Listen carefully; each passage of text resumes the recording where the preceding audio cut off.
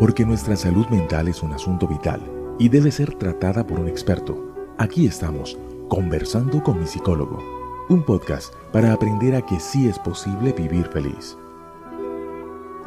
Conversando con mi psicólogo, producido por el psicólogo clínico colombiano Luis Eduardo Peña, especialista en ansiedad, depresión y problemas de pareja. Bienvenidos.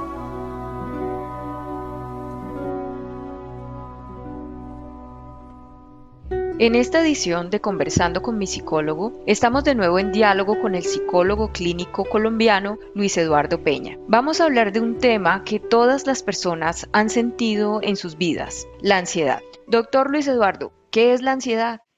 Jenny, muchas gracias por esta entrevista. La ansiedad es una emoción que todos hemos sentido en algún momento de la vida. La ansiedad, como la depresión y la rabia y el miedo, son emociones fundamentales para la supervivencia de la especie humana.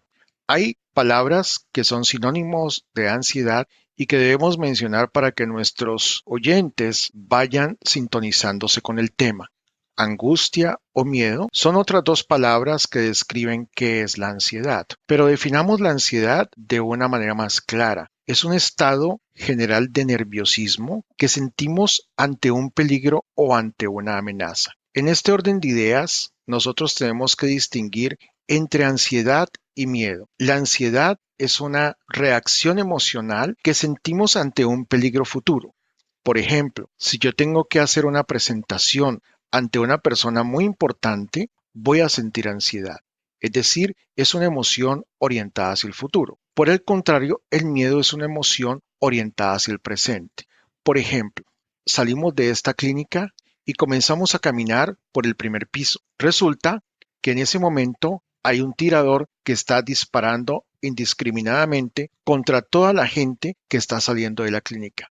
Evidentemente, nosotros sentiríamos miedo y probablemente saldríamos a correr o nos quedaríamos totalmente quietos para protegernos del agresor. Entonces, la ansiedad es una emoción que nos permite protegernos del peligro, ya sea de forma futura, como en el caso de la ansiedad propiamente dicho, o de forma inmediata, como lo es el miedo. Esto quiere decir, doctor, que la ansiedad se genera frente a hechos que no necesariamente sean reales.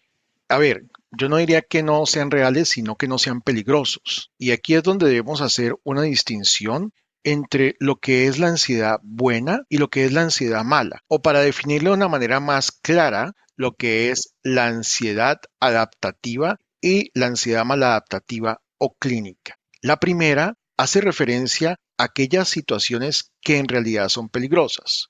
Por ejemplo, si a tu hijo lo han invitado a un campamento a los Farallones de Cali y la noche anterior tú te enteras de que hay incursiones guerrilleras en ese sector, seguramente tú vas a sentir ansiedad. Esa ansiedad es buena porque hace que tú informes a los organizadores del campamento y este se deba cancelar. Pero por el contrario, hay muchas situaciones que no son peligrosas y sin embargo las personas experimentan una gran ansiedad.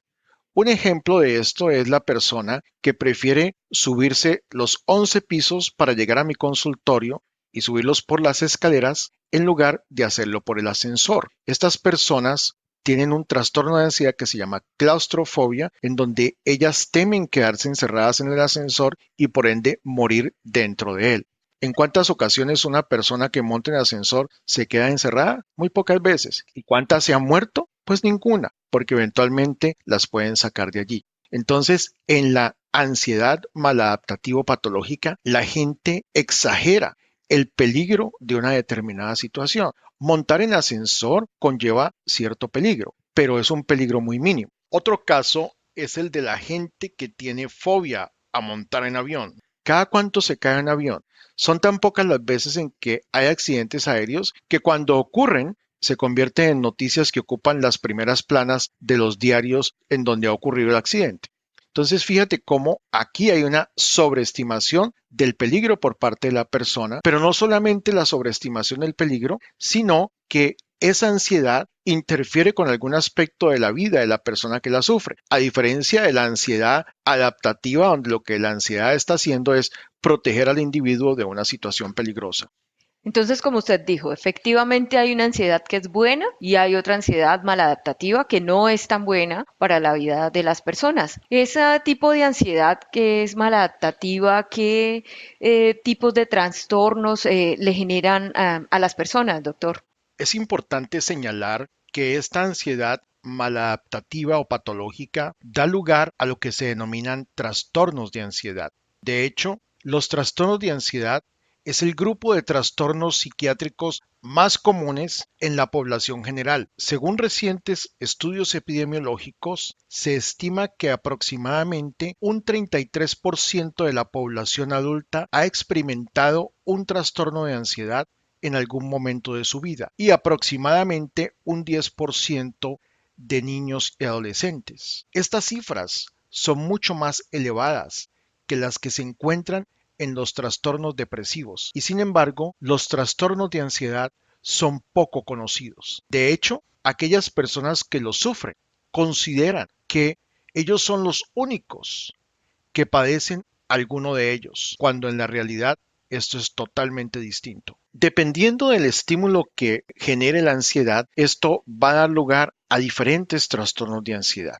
Voy a mencionarte los más importantes. El trastorno de pánico con y sin agorafobia, el trastorno de ansiedad generalizada, el trastorno de ansiedad social, las fobias específicas y el trastorno obsesivo compulsivo. Estos son los principales tipos de trastornos de ansiedad que actualmente hacen parte de las diferentes clasificaciones de los trastornos psiquiátricos. No sé si quieres que te defina cada uno de ellos. Sí, yo creo que es importante para todas las personas conocer un poco este tipo de trastornos, que no es lo mismo el pánico, que no es lo mismo la ansiedad generalizada o la ansiedad social. Y también usted ha hablado en otras oportunidades de las distintas fobias. ¿Podría entonces contarnos un poco de cada uno de estos tipos de ansiedades? Claro que sí. Comencemos por el trastorno de pánico que, entre paréntesis, ha representado la pasión académica de toda mi vida. El trastorno de pánico se caracteriza por la ocurrencia de ataques de pánico, es decir, de episodios de gran ansiedad que se producen de una forma abrupta, típicamente sin una razón específica que los desencadene y donde estos se caracterizan por la presencia de por lo menos 4 de los siguientes síntomas: taquicardia, ahogo, visión borrosa, mareo, temor a desmayarse, temor a perder el control, temor a enloquecer o a morir, temblor, sudoración, sensaciones de calor o frío, entre otros. Obviamente que si tú sientes un ataque de pánico en ausencia de una situación que lo desencadena, pues tú vas a sentir una gran preocupación y la primera atribución que hacen estas personas que sienten estos ataques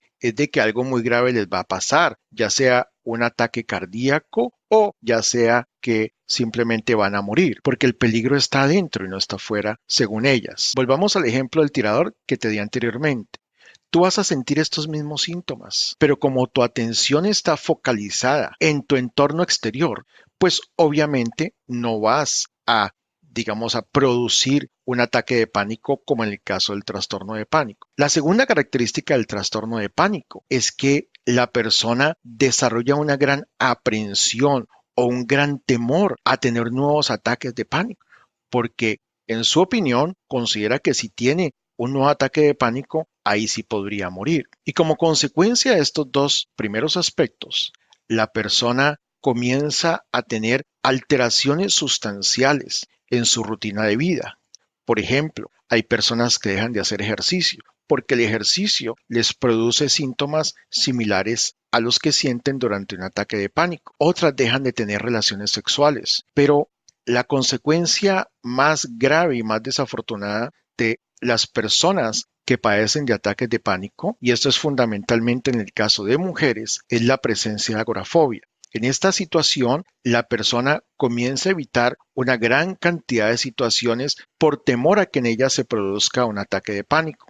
La persona entonces deja de salir sola, ya no va a centros comerciales, inclusive puede dejar su trabajo porque teme manejar hasta donde tiene que ir a laborar y eventualmente yo he tenido pacientes que no pueden volver a salir de su casa, quedan totalmente confinadas a su lugar de residencia. Ese es el trastorno de pánico. Una pregunta allí, doctor Luis Eduardo. ¿Está usted queriendo decir que sucede más el trastorno de pánico con agorafobia en las mujeres? Sí, señora, y sucede el trastorno de pánico con agorafobia en las mujeres porque es socialmente mucho más aceptado para una mujer evitar quedarse en casa que para un hombre. Los hombres tienen otra forma maladaptativa de enfrentar la ansiedad, especialmente en el caso del trastorno de pánico y de la ansiedad social, y es la utilización de alcohol. Yo tuve un paciente que él le daban ataques de pánico cuando llegaba al trabajo y antes de irse a trabajar,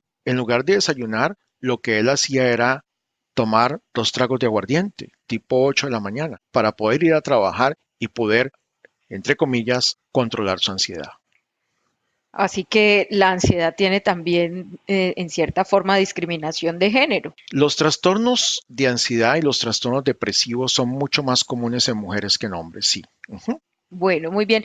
La ansiedad generalizada, doctor Luis Eduardo. La ansiedad generalizada es aquel trastorno de ansiedad donde una persona se preocupa excesivamente por situaciones cotidianas y no puede controlar esa preocupación. Yo tuve alguna vez un paciente que, a pesar de la grave crisis económica que se presentó en Colombia a finales del siglo pasado, mientras todo el mundo se quebraba, este paciente continuaba obteniendo utilidades muy significativas en su fábrica, pero él pensaba que se iba a quebrar y que le iba a tocar salir a pedir limosna a él junto con su familia. Pero no solamente eso, él se preocupaba muchísimo por la seguridad de sus hijas. Cada vez que sus hijas salían del colegio e iban en el bus, apenas llegaban a la casa, a él tenían que llamarlo a su fábrica para informarle que nada malo les había pasado y que habían llegado sanas y salvas a su hogar. Pero no solamente eso, él también vivía preocupado por la salud de su esposa y con frecuencia la mandaba a chequeos médicos para asegurarse que ella estuviera bien. Ya te podrás imaginar, Jenny, la interferencia que eso causaba al interior de su seno familiar. Total, parecía no tener una vida tranquila. Y lleno de plata, El dinero no resuelve todo. evidentemente, Jenny. ¿Y qué diferencia hay entonces entre esta ansiedad generalizada y la ansiedad social? La ansiedad social la podemos definir con una palabra que todo mundo va a entender. Es la forma científica de denominar la timidez. Son aquellas personas que sienten temor de participar en situaciones sociales, pues piensan que van a ser objeto de burla, de humillación, de que van a hacer el ridículo al interactuar con otras personas. Y esto obviamente tiene una implicación muy grande y es que comienza a limitar significativamente la vida social de estas personas. Por ejemplo, estas personas tienen temor de tener relaciones de pareja y entonces muchas veces se quedan solas o tienen temor de ir a la universidad o de ir al colegio por tener que interactuar con otros compañeros de estudio. Tienen temor de conseguir trabajos que sean acordes con sus competencias profesionales porque les toca interactuar con otras personas y por ende consiguen trabajos que son de menor rango con relación a sus capacidades profesionales. Este es un trastorno que afecta significativamente a las personas porque las está limitando en su interacción social con otros seres humanos.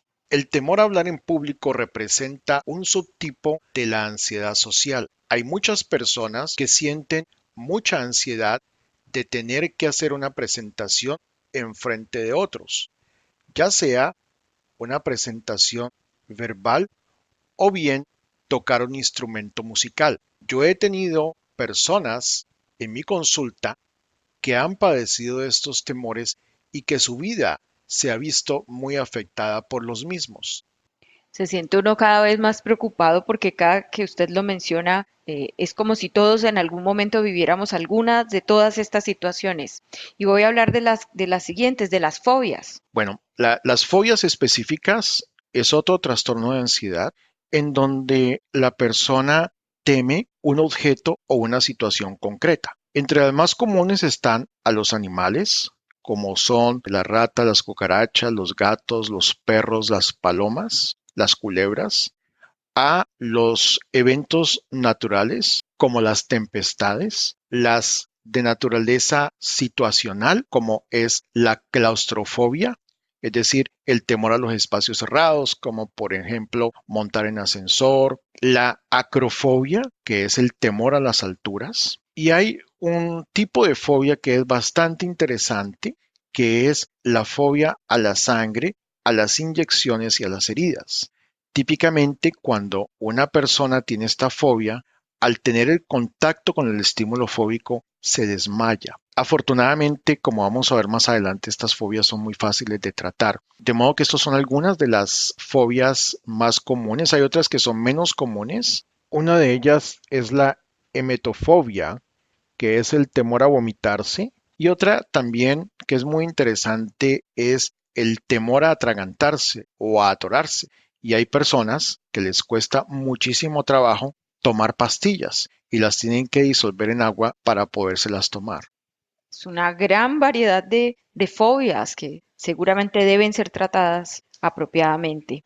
Afortunadamente, entre comillas, para muchas personas que tienen fobias y a pesar de que interfieren significativamente con algún aspecto de su vida, logran evitar el estímulo fóbico. Y por eso, aunque la prevalencia de las fobias es muy alta, por ahí un 12 o un 13%, pocas personas buscan tratamiento para este tipo de trastorno de ansiedad. Ya es solamente cuando la interferencia es sustancial y significativa con algún aspecto de la vida es que la gente busca ayuda. Y uno de los casos más frecuentes es la fobia a montar en avión, por razones obvias, porque esto interfiere con la capacidad de viajar que una persona que tenga esta fobia puede padecer.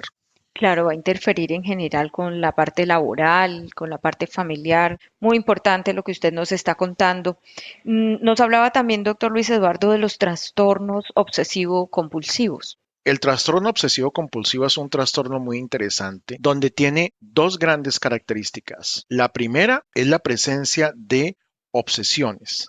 Estas son imágenes, impulsos o ideas que la persona tiene y que le generan una gran ansiedad. El segundo componente son las compulsiones, que son comportamientos que la persona desarrolla para poderse liberar de la ansiedad que las obsesiones le generan. Básicamente hay tres grandes subtipos de trastorno obsesivo compulsivo: los lavadores, los revisadores y los obsesivos puros. Los lavadores son aquellas personas que hace muchos años en el contexto popular se denominaban los microbianos, las personas que le tenían miedo a contaminarse con cualquier objeto o situación. Cuando yo era niño teníamos una vecina que le llamábamos la vecina microbiana porque ella no dejaba entrar a la casa a nadie porque se la contaminaban y se iba a enfermar. Estas personas con estos grandes temores a la contaminación lo que hacen es desarrollar rituales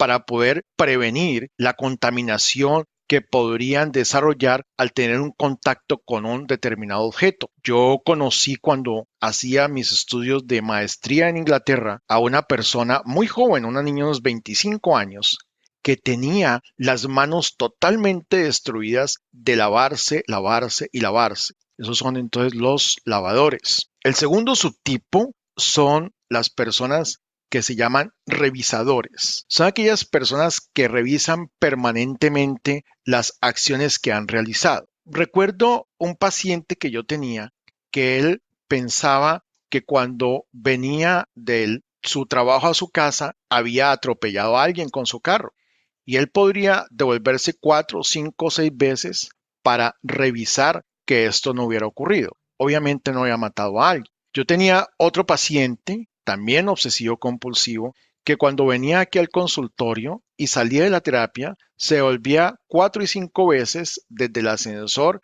para determinar si de pronto se le había caído algún papel del bolsillo.